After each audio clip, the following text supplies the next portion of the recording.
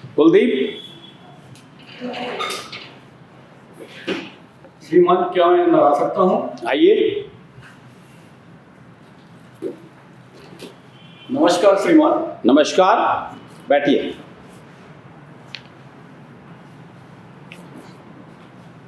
धन्यवाद श्रीमान। धन्यवाद। कुलदीप पाठक पूरा नाम है आपका? जी श्रीमान, मेरा नाम कुलदीप कुमार पाठक है। अच्छा कुलदीप पाठक, आप कहाँ के रहने वाले हो? श्रीमान जी, मैं मध्य प्रदेश के रीवा जिले की त्योंथर तहसील अंतर्गत ग्राम हनुमानगंज का निवासी हूँ। हनुमानगंज के निवासी हैं जी आप? श्रीमान। अच्छा, कितना बड़ा गांव है ये? श्रीमान जी, मेरा गांव छोटा सा है, जिसमें लगभग वोटर के हिसाब से देखा जाए तो 400 लोग। बस 400 लोग हैं? सारे लोगों को जोड़ा जाए तो अगर बच्चों सहित तो लगभग 600-700 आबादी। 600-700 लोग जी हैं। श्रीमान। तो बहुत छोटा सा गांव है। जी श्रीमान। वहीं रहते हैं आप कि कहीं और बाहर रहते जी हैं? श्रीमान जी, मैं वहीं रहता हूँ। वहीं रहते हैं? जी श्रीमान। अच्छा, क्या करते हैं अभी आप? श्रीमान जी, वर्तमान में मैं एक जगह पेट्रोल पंप में नौकरी के साथ अपने अध्ययन का कार्य, जिसमें आरटीजीएससी की तैयारी करता हूँ। अच्छा ये बताइए आप, पेट्रोल पंप कितना दूर है आपके? श्रीमान यहाँ जी, से? मेरे घर से पेट्रोल पंप की दूरी 8 किलोमीटर है। तो कैसे जाते हो? श्रीमान जी, हमारे पास 2 पहिया वाहन है। हाँ। उसी से आवागमन उससे आते हैं? जी श्रीमान। दिनचर्या बताइए जरा अपनी। श्रीमान जी, मैं प्रातः 4:30 बजे उठता हूँ। सर्वप्रथम मैं निवृत्त होकर हाँ। रनिंग के लिए जाता हूँ। रनिंग से आने के उपरांत श्रीमान जी, मेरे घर के बाहर ही एक हनुमान जी का मंदिर है। वहाँ पे मैं साफ सफाई का कार्य करता हूँ। हाँ। साफ सफाई का कार्य करने के बाद मैं वहाँ स्नान ध्यान करके पूजा पाठ करता हूँ। पूजा पाठ करने के उपरांत मैं अपने ऑफिस के लिए निकलता हूँ, पेट्रोल पंप के कार्य हेतु निकलता हूँ। वहाँ मैं लगभग 5-6 घंटे रहता हूँ। वहाँ से वापस आके पुनः मेरा कार्य मंदिर में पूजा करना है। पूजा करने के उपरांत मैं अपना स्वाध्याय और अन्य कार्य करता हूँ। तो पेट्रोल पंप कब पहुंचते हो आप? श्रीमान जी, मैं लगभग 9:30-10 तक पहुँच जाता हूँ। और कब तक रहते हो वहाँ पर? श्रीमान जी, आवश्यकता पड़ी तो लेट होता है, नहीं तो मैं लगभग 4-5 तक रहता हूँ। 4 बजे तक रहते हैं? जी श्रीमान। क्या काम कर रहे हैं वहाँ पर आप? श्रीमान जी, मैं वहाँ मैनेजिंग के साथ में रजिस्टर बनाना और अदर बैंकिंग का कार्य वहाँ का पूर्ण करता हूँ। बैंकिंग मतलब कैसे? श्रीमान जी, जो कैश वगैरह रहता है जमा करवाना, अदर यदि सामान के लिए, तेल के लिए पैसा आरटीजीएस वगैरह करना है, वो कार्य मैं ही करता हूँ श्रीमान। वो आप खुद ही करते हैं इस तरह से? कौन से बैंक में जाते हैं आप? श्रीमान जी, यूनियन बैंक ऑफ इंडिया। कितना दूर है आपके यहाँ से? श्रीमान जी, मेरे यहाँ से 2 किलोमीटर पेट्रोल पंप से पड़ता है सर। ये जो बैंक, ये क्या बोलते हैं, पेट्रोल पंप है? जी श्रीमान। इसके मालिक कौन है? श्रीमान जी, इसके मालिक पूर्व में अमरनाथ श्रीवास्तव जी थे, जिनका कोविड के दौरान देहांत हो गया। अभी वर्तमान में उनके बालक अजय नाथ श्रीवास्तव हैं। अजय नाथ? जी श्रीमान। किस उम्र के हैं वो? श्रीमान जी, उनकी उम्र अभी 34 वर्ष है। 34 वर्ष? जी श्रीमान। यंग है मतलब? जी श्रीमान। मेरे जरा बताइए आप इनके बारे में, जरा उनका व्यक्तित्व के बारे में कुछ बताइए। श्रीमान जी, पूर्व में तो ये लोग बाहर रहते थे, पढ़ाई करते थे इंदौर में। तब इनके पिताजी श्री स्वर्गीय अमरनाथ श्रीवास्तव जी जीवित थे। उन्हीं के दरमियान मैंने कार्य प्रारंभ किया था। उनके साथ मेरे संबंध बहुत अच्छे थे। व्यक्तित्व उनका बहुत अच्छा था। मेरे प्रति सहानुभूतियां भी थी। उसके उपरांत इनके 3 बेटे हैं, जिनमें सबसे बड़े हैं अजय नाथ श्रीवास्तव। वो उनकी एक स्कूल है, उनका संचालन देखते हैं। मझले लड़के हैं अजय नाथ श्रीवास्तव, जो पेट्रोल पंप वगैरह का कार्य देखते हैं। और इनका भी व्यक्तित्व बहुत अच्छा है, कर्मचारियों के प्रति, व्यक्तिगत मेरे प्रति मित्रवत व्यवहार है। और ये बहुत अच्छे व्यक्ति हैं। लगभग 4 साल से आप इनके साथ काम कर रहे हैं? जी श्रीमान, इनके साथ में 4 वर्षों से 4 वर्ष से काम कर रहे हैं। इस तरह से आप कह रहे हैं कि इनका व्यक्तित्व या इनका व्यवहार बहुत अच्छा है? जी श्रीमान। समझाइए मुझे जरा, क्या करते हैं ये? श्रीमान जी, जब व्यवहार के प्रति क्या करते हैं? जी श्रीमान जी, ये अपने कर्मचारियों के प्रति सजग रहते हैं। किसी की आवश्यकता पड़ती है, किसी भी तरह की अगर जरूरत पड़ गई, कोई बीमार है तो उसको हॉस्पिटल अपने वाहन से भिजवाते हैं, दवाइयाँ करवाते हैं। फर्स्ट एड वगैरह की व्यवस्था पंप में होनी आवश्यक है। और खाने पीने की जो भी व्यवस्थाएं होती है पेट्रोल पंप में, चूंकि लड़के ऐसे भी रहते हैं जो बाहर से आके वहाँ नौकरी करते हैं, तो वो 24 घंटे रहते हैं, तो उनके रहने खाने की व्यवस्था भी करते हैं। और जरूरत पड़ने में और तरह की भी सहायता करते हैं। आपके पिछले 1-1.5 साल के अंदर कभी ऐसा आया है कि अजय नाथ जो हैं उनके साथ कोई बहसबाजी भी हो, मनमुटाव हुआ हो, या उन्होंने कुछ काम करने के लिए बोला हो जो आपको पसंद ना आया हो? नहीं श्रीमान, ऐसा तो नहीं हुआ कभी, चूंकि मैं लगभग 14-15 वर्षों से उनके यहाँ कार्य कर रहा हूँ, और जब वो लोग बाहर रहते थे तब से मैं कार्य कर रहा हूँ। तो जब वो आए तो वो हमें बहुत इज्जत देते हैं और मैं भी बड़े भाई की तरह उन्हें मानता हूँ, और आज तक हमारे बीच में ऐसा कभी कुछ नहीं हुआ है। अगर कोई कार्य ऐसा होता है जो करने के लिए वो एक बार हमसे सलाह जरूर लेते हैं श्रीमान। सबसे अच्छी चीज़ क्या लगती है आपको उनकी? श्रीमान जी, उनकी जो मुझे व्यक्तिगत रूप से बात देखी जाए तो वो अपने कर्मचारियों के साथ मित्रवत रहते हैं श्रीमान, मुझे ये बहुत अच्छा लगता है। तो मतलब अभी कर्मचारियों को वो है परिवार का एहसास होता है। जी श्रीमान जी, हैं? जी श्रीमान, ये आपको अच्छा लगता है इस तरह से? अच्छा, जहाँ पर आप काम करते हो क्या छोटे मोटे त्योहार वगैरह सब मिलकर के मनाते हैं? जी श्रीमान जी, हम हर त्योहार मिलकर मनाते हैं। अच्छा, कोई दूसरे धर्म के लोग भी हैं जी उसमें? श्रीमान जी, हमारे साथ में चूंकि उनकी स्कूलें भी हैं, हाँ। और पेट्रोल पंप का कार्य है, पूर्व में हाँ। उनके यहाँ केरोसिन की एजेंसी भी थी, हाँ। तो कुछ ड्राइवर हैं हाँ। जो मुस्लिम धर्म के हैं श्रीमान, और अच्छा। उनके साथ भी हमारे बहुत अच्छे संबंध हैं श्रीमान। बहुत अच्छे संबंध हैं जी उनके साथ श्रीमान। में इस तरह से। किसी एक का नाम बताइए। श्रीमान जी, दो लोग हैं वहाँ पे मुस्लिम धर्म के, एक का नाम है असलम खान। असलम? जी श्रीमान जी। हाँ। और एक का नाम मुन्नू खान है श्रीमान। मुन्नू खान है? जी श्रीमान। तो ये क्या करते हैं दोनों? जो दोनों ड्राइवर हैं श्रीमान। दोनों ड्राइवर जी हैं? श्रीमान। तो ये आपसे मुलाकात होती रहती है? जी श्रीमान जी। हाँ। चूंकि स्कूल पेट्रोल पंप आसपास ही है, हाँ। तो सबसे हमारा कार्य रहता है, और लगभग सारे कर्मचारियों का दायित्व जो है मेरे ऊपर ही रहता है, चूंकि बहुत बड़ी संस्था नहीं है। हाँ। तो उस हिसाब से व्यवस्था के तौर पे भी मैं ही कार्य देखता हूँ, तो यदि कोई आवश्यकता होती है हाँ। तो ये लोग पहले मुझसे ही संपर्क करते हैं श्रीमान। अच्छा, तो जरा मुझे आप अपनी शिक्षा के बारे में 10वीं से लेकर के अब तक जो भी आपकी शिक्षा हुई है इसके बारे में जरा विस्तृत तौर पे बताइए। जी श्रीमान। श्रीमान जी, मैंने प्रारंभिक शिक्षा अपने नगर त्योथर से ही Sharda Devi memorial higher secondary school Teonthar से 10वीं की परीक्षा सन 2011 में 53% अंकों के साथ उत्तीर्ण की। उसके उपरांत मेरे पिताजी का देहांत हो गया। 10वीं क्लास में जब मैं पढ़ाई कर रहा था तभी उस वजह से मुझे 1 वर्ष की पढ़ाई रोकनी पड़ी, चूंकि घर की समस्या ऐसी थी। हाँ। मुझे आर्थिक व्यवस्था मजबूत करनी थी। हाँ। उसके उपरांत जब मैं यहाँ कार्य करना प्रारंभ किया, उसके बाद इन्हीं की स्कूल से मैंने विवेकानंद हायर सेकेंडरी स्कूल जो कि त्योथर में ही है, वहां से मैंने 2014 में 12वीं की परीक्षा 60% अंकों के साथ उत्तीर्ण की। उसके उपरांत मैंने बीए की परीक्षा सत्र 2015 से 18 तक शासकीय स्वामी विवेकानंद महाविद्यालय त्योथर, जो कि अवधेश प्रताप सिंह विश्वविद्यालय रीवा से संबद्ध है, वहां से मैंने बीए की पढ़ाई की। बीए की पढ़ाई के उपरांत बीए में मुझे 61% अंक प्राप्त हुए। बीए की पढ़ाई के उपरांत बीए में सब्जेक्ट क्या थे आपके? श्रीमान जी, मेरा एक सब्जेक्ट था संस्कृत। संस्कृत? जी श्रीमान जी। एक सब्जेक्ट था राजनीति और एक सब्जेक्ट था अर्थशास्त्र। अच्छा, ठीक जी है श्रीमान जी। उसके उपरांत मैंने आचार्य की पढ़ाई शास्त्रार्थ संस्कृत महाविद्यालय वाराणसी, जो कि संपूर्णानंद विश्वविद्यालय से संबद्ध है, से सन 2018 से 20 में उत्तीर्ण की, जिसमें मेरा प्राप्तांक रहा 69%। उसके उपरांत कोरोना आ गया श्रीमान। कोरोना के दौरान मैंने अपने शासकीय स्वामी विवेकानंद महाविद्यालय त्योथर से ही 2020 से 23 तक लॉ की पढ़ाई की, जिसमें मुझे 60% अंक प्राप्त हुए। उसके उपरांत श्रीमान मैंने 2023-24 में कर्मकांड का डिप्लोमा नेहरू ग्राम भारती विश्वविद्यालय प्रयागराज से उत्तीर्ण किया। वर्तमान में श्रीमान मैं अपने कार्य के साथ साथ पढ़ाई, अपने आरटीजीएस की तैयारी भी कर रहा हूं, और आज आपके समक्ष श्रीमान साक्षात्कार के लिए उपस्थित हूँ। ये देख रहा हूँ मैं कि आपने बोला कि 10वीं के बाद आपने परिवार की जिम्मेवारी ले ली। जी श्रीमान। कैसे किया ये?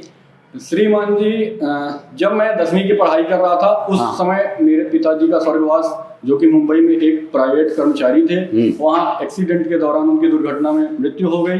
जिसके उपरांत चूंकि मैं घर का बड़ा बेटा था श्रीमान, मेरे ऊपर पूरी जिम्मेदारी थी घर की और घर के संचालन की, तो मैंने कार्य करना उचित समझा और मैंने भाई साहब से संपर्क किया, जो कि टीचिंग का कार्य करते थे। उनके हमारे जो पूर्व सेठ जी थे, अमरनाथ श्रीवास्तव जी के भतीजे, जिनका नाम है अभिषेक श्रीवास्तव, वो हमें शिक्षण का कार्य कराते थे स्कूल में। उनसे हमारे संबंध बहुत अच्छे थे। उन्होंने बोला कि अगर पेट्रोल पंप में आप काम कर सकते हैं, करना चाहते हैं, तो हम चाचा जी से बात करें। उन्होंने बात किया, उसके उपरांत मैं वहाँ कार्य प्रारंभ किया।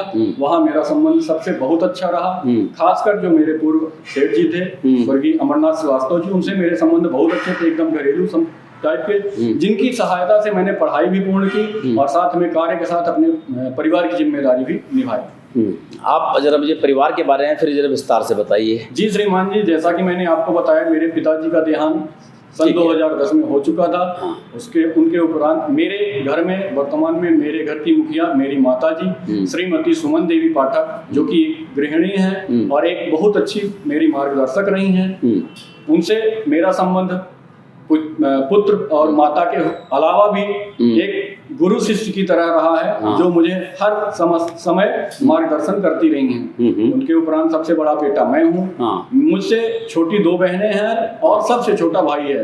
बड़ी बहन का नाम दीपा उपाध्याय, जिनका विवाह सन 2023 में हो चुका है। उनकी पढ़ाई 12वीं तक हुई थी श्रीमान। उसके उपरांत वो अपना सिलाई बुनाई का कार्य सीखी और उसके उपरांत उनकी शादी हो गई। वर्तमान में उनसे छोटी बहन रूबी पाठक, जो कि ग्रेजुएशन कर रही है और साथ में बीएससी नर्सिंग की पढ़ाई भी कर रही है श्रीमान। उससे भी सबसे छोटा मेरा छोटा भाई है अंकित पाठक, जो ग्रेजुएशन के साथ साथ सेना की तैयारी की पढ़ाइयाँ कर रहा है। उन दोनों से भी मेरा बहुत ही घनिष्ठ लगाव है और चूंकि मैं बड़ा भी हूँ तो जरूरत पड़ने पर समझाता भी हूँ और आवश्यकता पड़ी तो कभी डांटना भी पड़ जाता है। और मुझसे मेरे साथ सबके संबंध बहुत अच्छे रहे हैं श्रीमान। कभी माताजी से डांट पड़ती है? जी श्रीमान, कभी कभी। किस चीज़ के लिए? श्रीमान जी, छुट्टी के दिन मैं क्रिकेट खेलना पसंद करता हूँ। हाँ। और क्रिकेट खेलते टाइम अगर थोड़ा देर हो गई तो माता जी से थोड़ा डांट। अच्छा, तो आप अपने भाई को यदि डांटा हो तो याद कीजिए पिछले 7-8 महीने के अंदर किस चीज़ के लिए डांटा उसको? श्रीमान जी, वैसे तो ज़्यादा डांटने की जरूरत पड़ी नहीं, क्योंकि उन्होंने भी शुरुआत से देखा कि भाई हमारे इतनी मेहनत कर रहे हैं हमारे लिए। हाँ। तो लगभग अच्छा ही करते हैं। हाँ। लेकिन अभी 3-4 महीने पहले की बात है सर, वो सेना की तैयारी कर रहे हैं। हाँ। मैथ रीजनिंग बहुत अच्छी है। हाँ। थोड़ा हिंदी डाउन है। हाँ। तो हमसे बोलने लगे कि हमें समझ में नहीं आता। हाँ। तो हम समझाए कि सबका टाइमिंग सेट करो। हाँ। और शुरू से पढ़ाई स्टार्ट करो। ठीक है। तो वो क्या करते हैं श्रीमान, हाँ। मैथ ज्यादा लगाते हैं। हाँ। हिंदी कम लगाते हैं, हिंदी कम पढ़ते हैं। हाँ। तो एक दिन मैं देख रहा था, हाँ। लगभग 4-5 घंटे लगातार देखा, वो रीजनिंग और मैथ में ही लगे हुए थे। हाँ। तो मैं जाके उनको थोड़ा समझाया कड़े शब्दों में कि बेटा ऐसा करने से तो कुछ ना कुछ तो कमजोरी रह ही जाएगी। हाँ। सारे विषयों की जिम्मेदारी तुम्हारे ऊपर है, तुम्ही को करना है। तो फिर वो स्टार्ट कर दिया श्रीमान। अच्छा, तो आप कहते हैं कि मंदिर में जाते हैं, हनुमान जी के मंदिर में आप? जी, वहाँ पर सेवा देते हैं? जी श्रीमान जी, मेरा कार्य वहाँ है। और आपके गांव का नाम भी हनुमान जी के ऊपर ही? जी श्रीमान जी। हाँ? जी श्रीमान जी। अच्छा, तो हनुमान जी में के मंदिर में क्या करते हैं आप? श्रीमान जी, मैं वहाँ प्रभात में सफाई करता हूँ। हाँ। सफाई के उपरांत वहाँ पूजा आरती मैं ही करता हूँ। हाँ। पूजा आरती करके मैं अपना कार्य में चला जाता हूँ। सुबह और शाम की आरती मैं करता हूँ। करते हो? अच्छा। हनुमान चालीसा आती है? जी श्रीमान जी। जरा सुनाइए मुझे हनुमान चालीसा। श्री गुरु चरण सरोज रज निज मन मुकुर सुधारि, परनहु रघुबर विमल जसु, जो दायक फल चारि, बुद्धिहीन तनु जानिके, सुमिरहु पवन कुमार, बल बुद्धि विद्या देहु मोहि, हरहु कलेश विकार। चलिए, ठीक है। अब लगता है आप ये बताइए कि आपके साथ आपने बताया कि 2 मुस्लिम धर्म के लोग भी हैं जिनसे आपका अच्छा उठना बैठना है। मुस्लिम धर्म की जो मेन किताब है वो क्या है?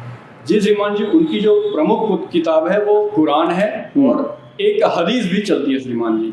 कुरान है? जी श्रीमान, कुरान उनकी प्रमुख पुस्तक। और इनके 2 जरा कोई त्योहार बताइए मुझे जो आप साथ मिलकर के मनाते हैं। श्रीमान जी, ज्यादातर तो ईद, हाँ, और रमजान इनका एक महीना होता है श्रीमान जी, उपवास। तो उसके बाद ही ईद आती है। अच्छा, तो जैसे उनका उपवास का महीना है। जी श्रीमान। तो सनातन धर्म के उपवास का एक विधान है। जी श्रीमान। कब कब उपवास रखते हैं हम लोग?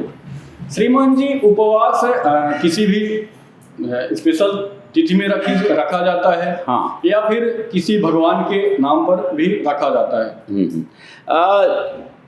दुर्गा की जो पूजा होती है नवरात्रों में, जी श्रीमान, उस टाइम पर बहुत सारे लोग जो हैं वो पूरे पाठ तो करते ही हैं, पूजा भी करते हैं, जी श्रीमान, साथ ही साथ उपवास भी रखते हैं, जी श्रीमान, है ना? जी श्रीमान। ओके, कभी आपने भी रखा है?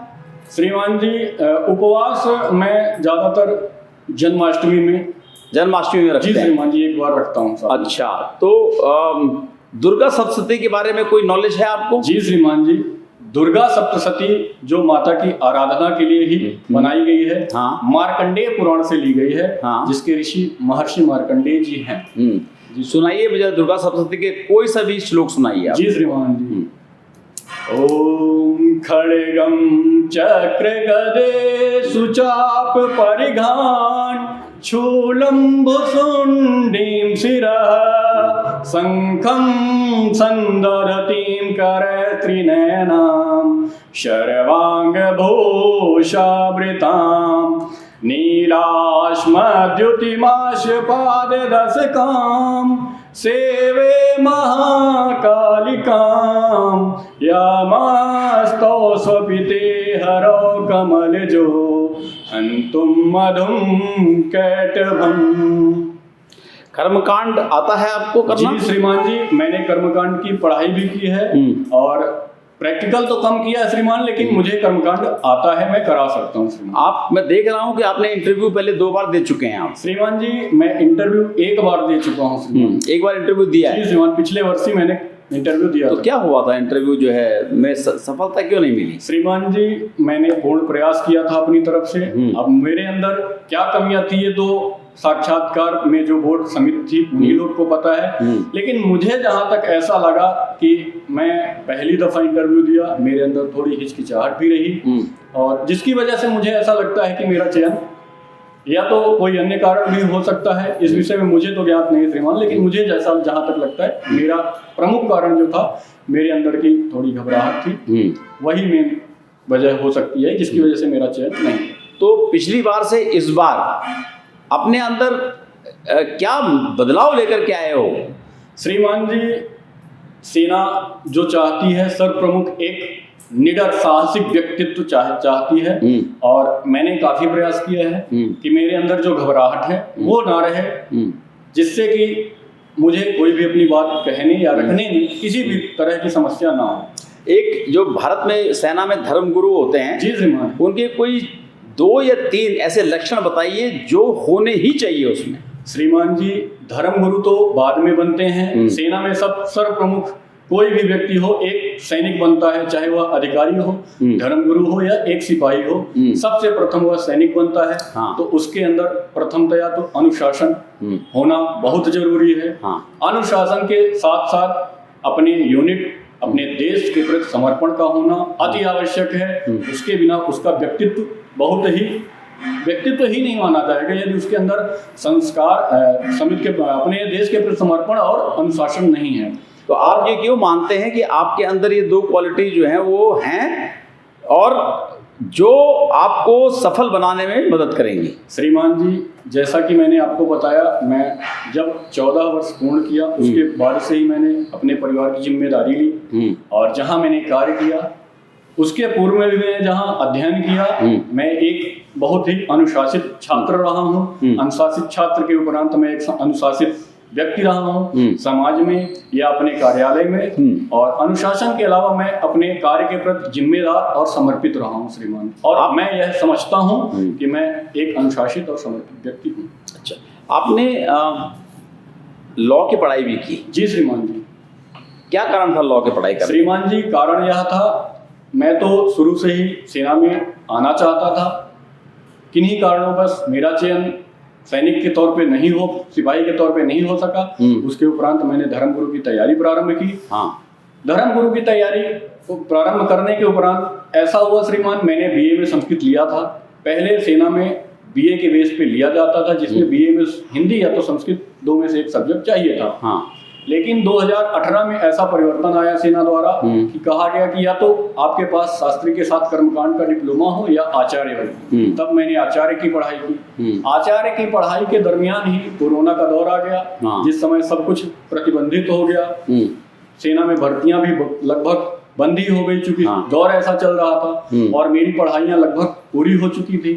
तो मेरे एक गुरु और मित्रवत जिनसे व्यवहार भी है, मैंने बताया अभिषेक श्रीवास्तव जी, उन्होंने मुझे मार्गदर्शन दिया कि बेटा ऐसा करो, ठीक है सेना की भर्तियां जब आएंगी आप प्रयास तो करना ही, लेकिन लॉ की पढ़ाई जो एक व्यावसायिक शिक्षा है, आप भविष्य के लिए उसकी पढ़ाई कर लो, तो वह भविष्य में आपको, यदि आपका चयन किन्हीं कारणोंवश, क्योंकि सब कुछ संभव तो नहीं है, कुछ तो असंभव होता भी है, हर सिक्के के दो पहलू होते हैं, तो यदि आप ये किए रहोगे तो भविष्य में आपको इसका कुछ न कुछ फायदा मिलेगा। और मेरे महाविद्यालय में उस दरमियान हमारे मध्य प्रदेश में एक योजना चलती है श्रीमान, मुख्यमंत्री संबल योजना, जिसके तहत पढ़ाई जो गरीब व्यक्ति हैं उनकी शिक्षा की फीस नहीं लगती है। तो मैंने अपने शासकीय स्वामी विवेकानंद महाविद्यालय चौथर से ही लॉ की पढ़ाई पूर्ण की। फायदा हुआ इससे श्रीमान जी? फायदा हुआ मुझे। कैसे?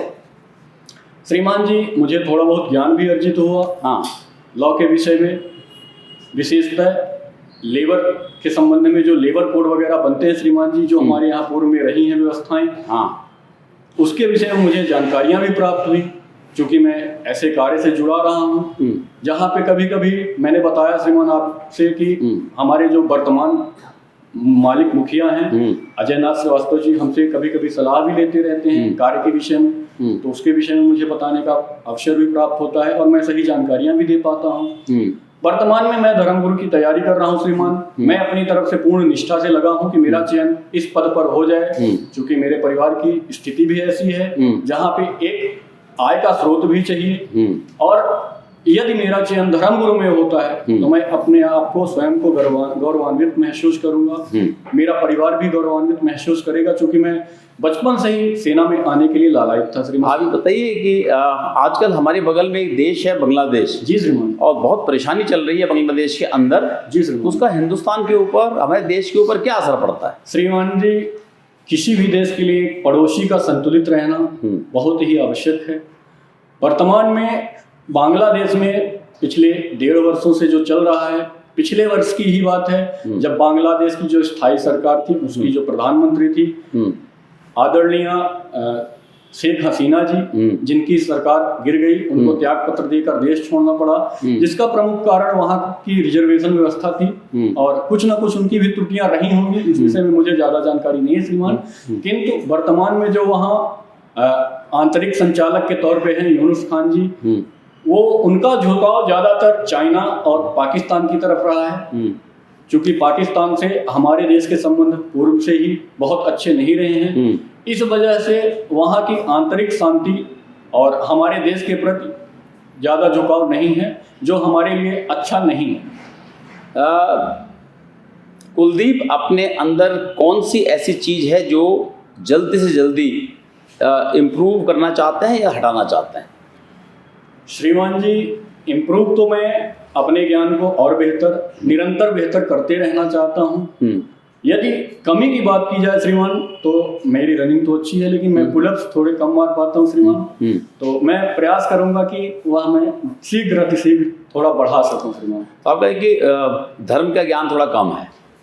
श्रीमान जी, अब धर्म ऐसा है श्रीमान कि एक समुद्र के बराबर है, जिसका पूर्ण ज्ञान तो मेरी नज़र में या मेरे विश्वास में सिर्फ भगवान को ही हो सकता है, बाकी सभी को पूर्ण ज्ञान तो नहीं हो सकता। मुझे भी सामान्य जानकारियां अपने धर्म के विषय में हैं, यही मैं जानता हूँ श्रीमान। हाँ, मैं ये कहता हूँ कि मुझे बहुत नहीं है, लेकिन मेरे पास सामान्य जानकारियां हैं। वैदिक मंत्रों का उच्चारण कर सकते हैं? जी श्रीमान जी, वैदिक मंत्रों का मैं उच्चारण कर सकता हूँ, जैसे कि नवग्रह का है, कलश स्थापन का है, मैं इनका वैदिक उच्चारण कर सकते हैं। जी श्रीमान। अच्छा, मुझको जरा ये बताइए कि आपकी अपने व्यक्तित्व में सबसे अच्छी चीज़ क्या लगती है आपको? श्रीमान जी, मुझे अपने व्यक्तित्व में अगर बात की जाए तो मुझे सबसे अच्छी बात यही लगती है कि मैं कभी भी कठिनाइयों से हारने वाला व्यक्ति नहीं हूँ। मैं हर हाल में संघर्ष करना जारी रखने वाला व्यक्ति हूँ श्रीमान। कितने कॉन्फिडेंट है कि इस बार आपका सिलेक्शन हो जाएगा? श्रीमान जी, मैं पूर्ण विश्वास के साथ आया हूँ कि यदि मैं यहाँ पे बेहतर कर रहा हूँ तो आपके द्वारा मेरा चयन भारतीय सेना में धर्मगुरु के तौर पर किया जाएगा। कुलदीप, आपसे मिल करके और बातचीत करके बहुत अच्छा लगा। आशा है कि आप अपने उद्देश्य में सफलता हासिल करें और न्याय सुधार का पद आपको प्राप्त हो। धन्यवाद श्रीमान। आप जा सकते हैं।